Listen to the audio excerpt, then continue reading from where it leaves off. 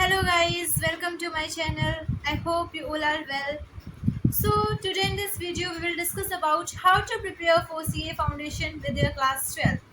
So CA Foundation में सबसे पहले हम सब्जेक्ट्स की बात कर लेते हैं, क्या क्या सब्जेक्ट्स है। CA Foundation में 4 सब्जेक्ट्स हैं, क्वांटिटेटिव एप्टीट्यूड और business law, business economics and accounts. ये 4 सब्जेक्ट्स आपको CA Foundation के पेपर्स में देखने को मिलेंगे। एज वी नो डेट जो आपकी 12th क्लास है वो as important as CA foundation exam है, दोनों उतने ज़्यादा इंपॉर्टेंट है। सो आपको क्या करना है, अपने मैं ये सजेस्ट करूँगी कि आप स्ट्रिक्टली अपना फोकस 12th क्लास पे रखिए, बट आप थोड़ा बहुत जो है जैसे कि आपने डेली 2 आवर्स दे दिए CA फाउंडेशन की स्टडीज़ को, उसमें भी आपका मैनेज हो जाएगा, वो आपको करना है। तो क्या करना है आपको, जो आपका पेपर नंबर 1 और पेपर नंबर 2 है वो आपका पूरा प्रैक्टिकल बेस्ड होगा, मतलब लिखने वाला पेपर होगा, और जो आपका पेपर नंबर 3 और पेपर 4 है वो MCQ बेस्ड होगा 100 मार्क्स का। और जब आप अकाउंट्स में क्या होगा, अकाउंट्स में जो आपका क्लास 11 और क्लास 12 है, आधे से ज़्यादा सिलेबस आपका वही रहेगा। तो जैसे आप क्लास 12 कर रहे हो, उसके जो बुक 1 और बुक 2 है, पार्टनरशिप और कंपनी अकाउंट्स, वो as it is CA foundation के पेपर में आपको देखने को मिलती है, और वो सबसे ज़्यादा मार्क्स कैरी करती है, वेटेज रखती है बहुत ज़्यादा ये दोनों बुक्स। तो आप इन दोनों बुक्स को अपनी क्लास 12 के साथ साथ बहुत अच्छे से करो, अपना बेसिक क्लियर रखो, फिर जो भी एडवांस लेवल के क्वेश्चन आएंगे वो आप 12th के बाद कर लेना। पहले अपना बेसिक क्लियर रखो, और जो भी आपके 12th के क्वेश्चन है वो आप कर लोगे अच्छे से, तो आपका हो जाएगा काम। और जो आपकी क्लास 11th के टॉपिक्स है वो आपने क्लास 11 में पढ़े होंगे, बट अभी आप उनको भूल गए होंगे, तो एक बार उनको रिवाइज कर लो, रिवाइज करते रहो।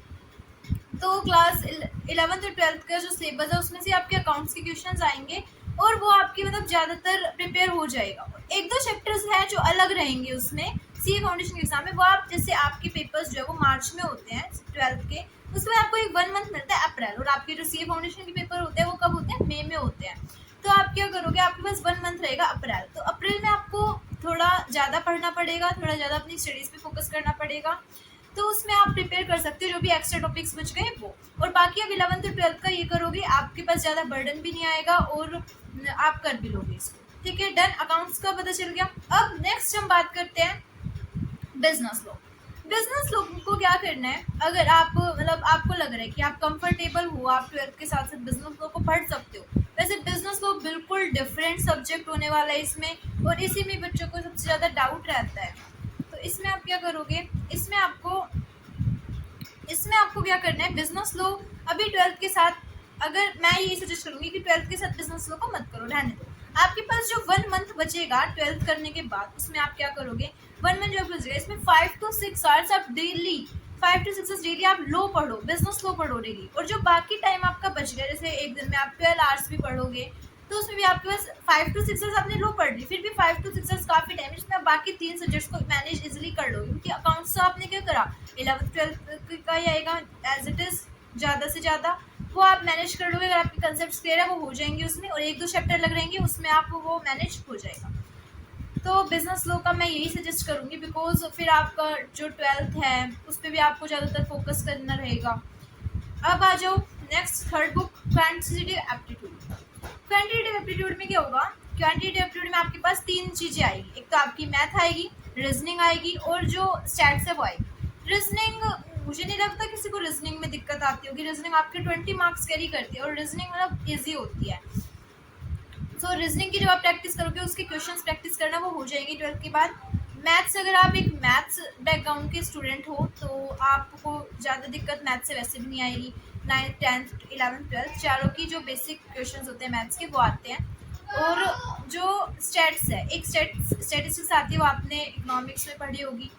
तो मैं यही सजेस्ट करूँगी 11th और 12th में जो भी आपकी इकोनॉमिक्स की बुक रही है, माइक्रो, मैक्रो, इंडियन और स्टैटिस्टिक्स, ठीक है, ये चारों बुक आप कर लो अच्छे से। और इससे आपकी क्या होगी, जो बिजनेस इको का सब्जेक्ट है उसमें आपकी माइक्रो और मैक्रो आती है, और थोड़ी बहुत इंडियन आती है, एक चैप्टर इंडियन का वो आता है। तो आप ये तीनों हो जाएगी उससे। और जो आपकी स्टैटिस्टिक्स है वो आपकी क्वांटिटेटिव एप्टीट्यूड के सब्जेक्ट में काम आएगी। तो इकोनॉमिक्स को आप अच्छे से कर लो, 11th और 12th उसको रिवाइज कर लो। 11th की इकोनॉमिक्स और 12th की तो आप पढ़ ही रहे हो, तो उन दोनों को आप रिवाइज कर लो, तो आपका बिजनेस इको में भी आपको दिक्कत नहीं आएगी। थोड़े बहुत कॉन्सेप्ट्स होते हैं जो अलग है, आप 1 शॉट से कवर कर सकते हो उन सबको, वो आपके 1 मंथ में कवर हो जाएंगे, ऐसी कोई बात नहीं कि नहीं हो पाएंगे। नेक्स्ट अगर मैं बात करूँ जो क्वांटिटेटिव एप्टीट्यूड है, उसमें आपका जैसे मैथ्स का बचेगा थोड़ा बहुत, और स्टैट्स जैसे आपने कर ही ली होगी, तो वो इस टॉपिक्स होंगे स्टैट्स के, और इसमें एमसीक्यूज आएंगे। सबसे बड़ी बात यह है और अच्छी बात भी है कि एमसीक्यूज आएंगे, लेकिन इनमें नेगेटिव मार्किंग भी होगी। तो नेगेटिव मार्किंग से थोड़ा आपको बच के रहना। जो क्वेश्चन नहीं आता उसको प्लीज़ अटैम्प्ट मत करना, क्योंकि फिर आपके मार्क्स जो है वो ज़्यादा डिडक्ट हो जाएंगे बिकॉज ऑफ नेगेटिव मार्किंग। जिसमें आप बिल्कुल श्योर हो कि भाई ये क्वेश्चन मेरा बिल्कुल करेक्ट है, उसी को आप क्या करना, रिकॉर्ड करना। सो आई विल सजेस्ट डैट आपको 12th के साथ अपनी अकाउंट्स को स्ट्रॉन्ग करना है। 11th और 12th दोनों के अकाउंट्स के टॉपिक इको को स्ट्रॉन्ग करना है।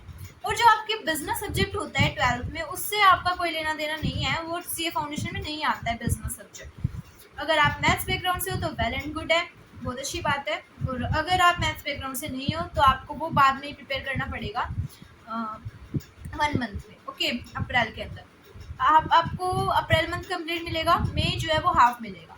उसमें आप प्रैक्टिस करना सिर्फ क्वेश्चंस के, अपना जो भी कंसेप्ट है वो आप अप्रैल मंथ में ही क्लियर करना, जिससे आपको बेटर मिलेगा, ठीक है।